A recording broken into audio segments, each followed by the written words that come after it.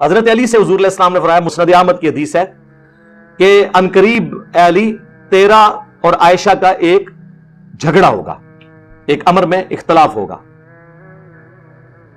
تو حضرت علی نے فرمایا میں تو بڑا بدبخت ہوں گا، پھر کسی بھی کامل الایمان مومن کو یہی کہنا چاہیے کہ میں حضور کی بیوی کے ساتھ جھگڑا کروں حضور کی وفات کے بعد، مجھے تو ان کا کفیل بننا چاہیے۔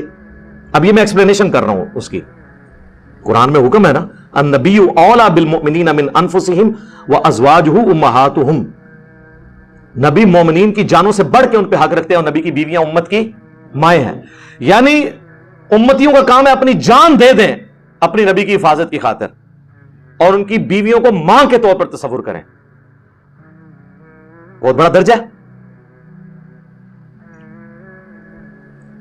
حتیٰ کہ سورہ احزاب میں آگے چل کے آیا کہ کوئی شخص بھی رسول اللہ کی وفات کے بعد ان کی بیویوں سے نکاح نہ کرے، اللہ کے نزدیک یہ بہت بڑا جرم ہے۔ مائیں ہیں قانوناً، حقیقی نہیں ہے، حقیقی مائیں ہوتی تو ان سے پردہ نہ ہوتا۔ امہات المومنین سارے صحابہ سے پردہ کرتی تھیں سوائے اپنے محرم رشتوں کے، ماں وہ قانوناً ہے، وہ جو دوسرے والے رشتے ہیں نا اس طرح کی نہیں ہے، ٹھیک ہے۔ تو اب حضرت علی کو یہی کہنا چاہیے تھا، اس میں الفاظ ہیں اشقاہم، میں تو بڑا بدبخت ہوں گا۔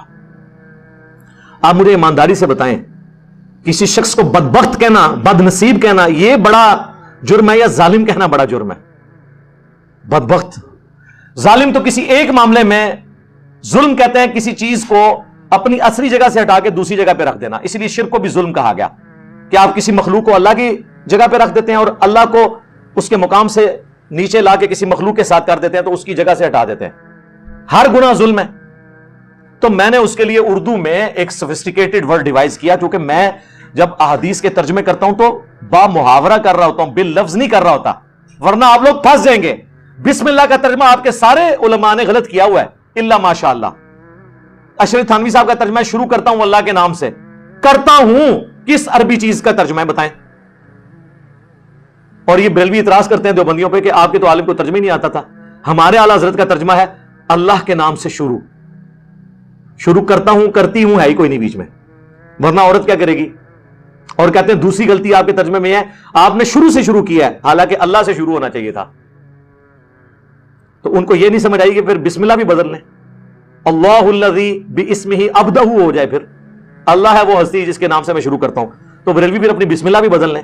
بسم اللہ میں بھی تو پہلے با اور سین اور میم اور پھر اللہ کا نام آتا ہے، اسے کوئی فرق پڑتا ہے کوئی ترجمہ کر دے شروع اللہ کے نام سے یا شروع کرتا ہوں اللہ کے نام سے یا اللہ کے نام سے شروع؟ نہیں، با محاورہ ترجمہ ہو رہا ہے۔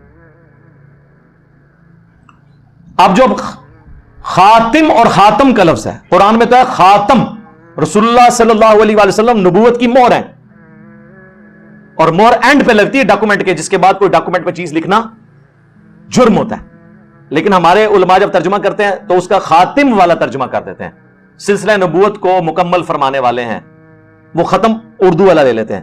ہم نے کبھی اعتراض نہیں کیا، ہم کہتے ہیں با محاورہ یہ ترجمہ درست ہے، باللفظ یہ غلط ہے، خاتم کا ترجمہ ہو رہا ہے، خاتم کا ہو رہا ہے، لیکن چونکہ قادیانیوں کا ایک فتنہ ہے اس وجہ سے وہ بالمفہوم ترجمہ کرتے ہیں، ٹھیک ہے، ہم نے کبھی اعتراض نہیں کیا۔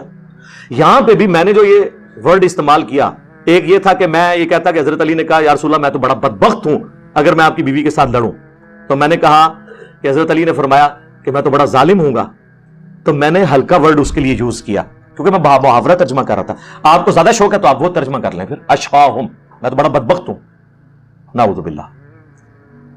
تو نبی الاسلام نے فرمایا لا، نہیں، لیکن یہ بات اس وقت کی جاتی ہے جب بالکل اس کے اپوزٹ بات ہو، لا الہ الا اللہ، نہیں کوئی معبود سوائے اللہ کے۔ جب حضرت علی کہہ رہے ہیں کہ میں حضرت عائشہ کے ساتھ جب جھگڑا ہوگا تو میں تو بڑا بدبخت ہوں گا، یا ہلکے الفاظ میں بڑا ظالم ہوں گا، تو حضور نے فرمایا نہیں، لیکن جب ایسا ہو تو تم اسے وہاں پہ پہنچا دینا جہاں سے وہ آئی تھی۔ تو اس کا مطلب کیا ہوا؟ جب دو بندے جھگڑا کریں اور ایک شخص کے کہ کیا میری یہ بدبختی ہے کہ میں آپ کی بیوی کے ساتھ لڑوں گا یا میرا یہ ظلم ہے، تو حضور کہیں نہیں، لیکن کب کہا جاتا ہے؟ جب وہ معاملہ دوسرے کی طرف پلٹ رہا ہو۔ تو اردو میں زبان میں ایسی بات ہوتی ہے، اور اگر آپ کے دونوں ٹھیک ہیں تو وہ جو 10,000 بندہ جنگ جمل میں مرا ہے اس کا خون کس کے سر پہ تلاش کریں؟ دنیا کی کسی عدالت میں آپ کیس لے جائیں اور آپ کہیں جی مارنے والا بھی جو ہے اور مرنے والا بھی دونوں حق پہ ہیں، کو مانے گا؟ جبکہ حدیث ہو بھی موجود ہو کہ میری بیوی کا کیا حال ہوگا جب کتے اس پہ بھونکیں گے۔ اس حدیث کو شیخ زبیر علی صاحب نے صحیح کہا، ویڈیو میں ریکارڈڈ ہے، شیخ البانی نے صحیح کہا، آج تک کسی نے اس کو ضعیف نہیں کہا۔ اور یہ صحیح حدیث ہے، سنو نبی کریم صلی اللہ علیہ وسلم فرمایا تھا کہ میری بیویوں میں سے کون سی بیوی ہے جس پر ہواب کے کتے بھونکیں گے؟ صحیح ہے یہ۔ جب عائشہ صدیقہ اپنے ساتھیوں کے ساتھ لشکر کے ساتھ جا رہی تھی ہواب سے، تو وہاں کتے بھونکے بہت زیادہ، یہ غیب کی خبر پوری ہوئی، ثابت ہوئی۔ اس لیے ہم کہتے ہیں کہ نبی کریم صلی اللہ علیہ وسلم کو جو اللہ نے غیب بتایا تھا وہ جانتے تھے وہی کے ذریعے۔ تو عائشہ صدیقہ نے پوچھا یہ کون سی جگہ؟ فرمایا یہ ہواب ہے۔ انہوں نے کہا فرمایا مجھے تو حدیث یاد آتی، میں واپس آنا چاہتی ہوں۔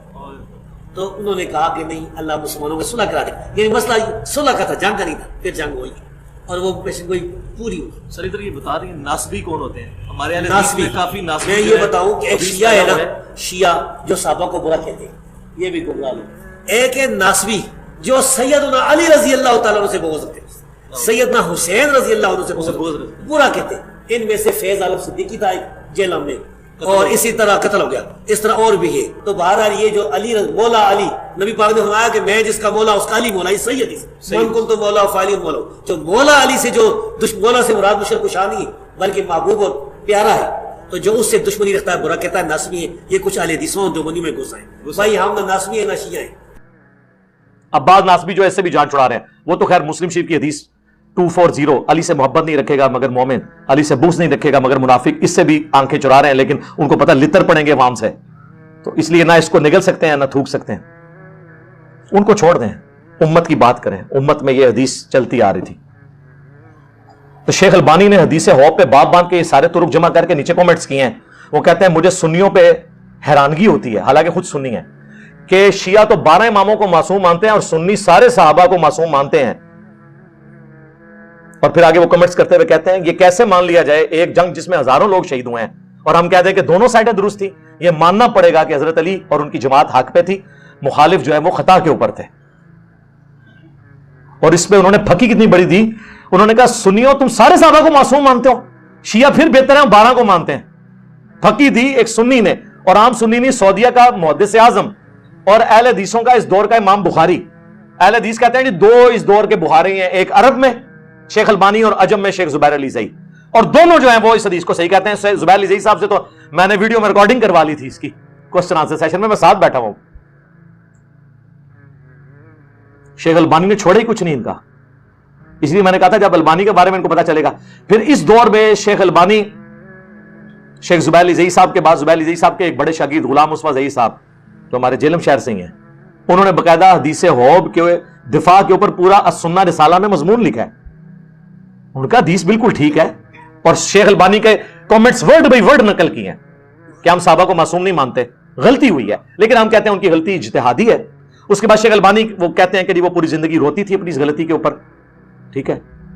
اور المصنف ابن ابی شیبہ میں موجود ہے، بخاری میں بھی کچھ حصہ ہے، مجھے میری سوکنوں کے ساتھ دفن کرنا، اور مصنف ابن ابی شیبہ کے تو الفاظ ہیں میں نے حضور کے بعد وہ کام کیا، نیا کام، میں اب اس کے لیے بدعت کا لفظ نہیں بولتا احتراماً، جو مجھے نہیں کرنا چاہیے تھا۔ ظاہر قرآن میں حکم ہے نبی کی بیویوں گھروں میں ٹھہری رہو، اسی لیے دیکھیں حضور کی کوئی بیوی بھی ان جنگوں میں شریک نہیں ہوئی، ان کو پتا تھا کہ ہمیں حکم ہے، حضور کی زندگی میں حکم ہے کہ ہم نے گھر سے باہر نہیں نکلنا۔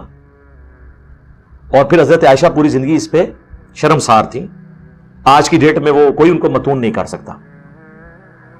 دنیا اور آخرت میں رسول اللہ کی بیوی ہیں، ہماری ماں ہیں بالکل۔ یہ تو خامنائی صاحب جو اس وقت مفتی اعظم ہیں ایران کے، ان کا باقاعدہ فتویٰ ہے کہ جو حضرت عائشہ کی توہین کرتا ہے وہ کہتے ہیں شیعہ سے خارج ہے، ہم اسے شیعہ ماننے کے لیے تیار ہی نہیں ہے، حضور کی کسی بیوی کی توہین کرنا، نعوذ باللہ من ذالک۔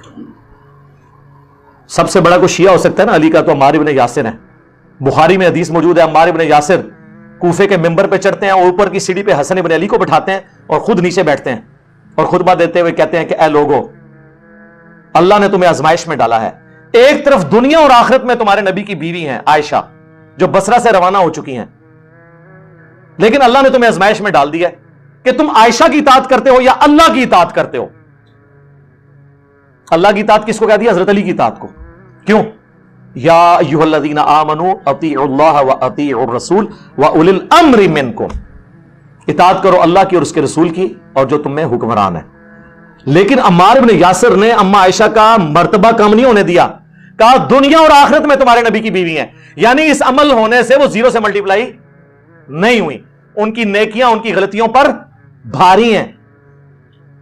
عمار بن یاسر کے بعد کس کی ڈگری کی ضرورت ہے حضرت عائشہ کی شان میں؟ اور قربان جائیں امام بخاری نے حضرت عائشہ کی فضائل کے چیپٹر میں جو حدیث لی ہے نا، حضرت عائشہ کی فضیلت میں جو حدیثیں ہیں اس میں عمار بن یاسر کی حدیث لے لی صحیح بخاری میں کہ دنیا اور آخرت میں تمہاری نبی کی بیوی ہے۔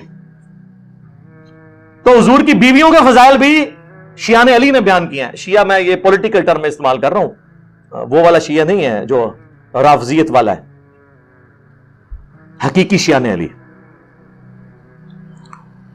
تو اس کے لیے جب یہ دو باتیں ہوں اور کہا جائے کہ یہ جھگڑا ہوگا اور یہ ہو جائے گا، اور کوئی شخص پوچھے کہ اچھا یہ میرے ساتھ جھگڑا ہوگا تو پھر تو میں بڑا بدبخت ہوں، بڑا ظالم ہوں اگر میں یہ کام کروں، اور آگے سے وہ منصف کہے نہیں نہیں تم نہیں، لیکن وہ جب تمہارے ساتھ یہ کرے تو اسے واپس پہنچا دینا، تو اس کا مطلب کیا ہے؟ کون ظالم ہوا؟ مخالف۔ تو بات کرنے کا تو سٹائل یہی ہوتا ہے نا۔ اب ایاک نعبد و ایاک نستعین میں تو وہ یہی کہتے ہیں نا، اہل تشیع اور بریلوی کہتے ہیں اس میں یہ تو لکھا ہے کہ اللہ سے مانگتے ہیں، یہ کہاں لکھا ہوا ہے کہ حضرت علی سے نہیں مانگتے؟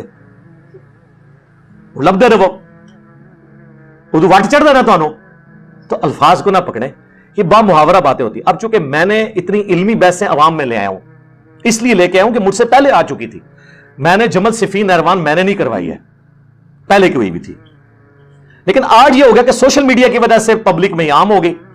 تو ایک تو یہ تھا کہ ہم رافضیوں کو کلین چٹ دیتے کہ ٹھیک ہے تم لوگ صحابہ کرام کے اوپر سب و شتم کرو، نعوذ باللہ۔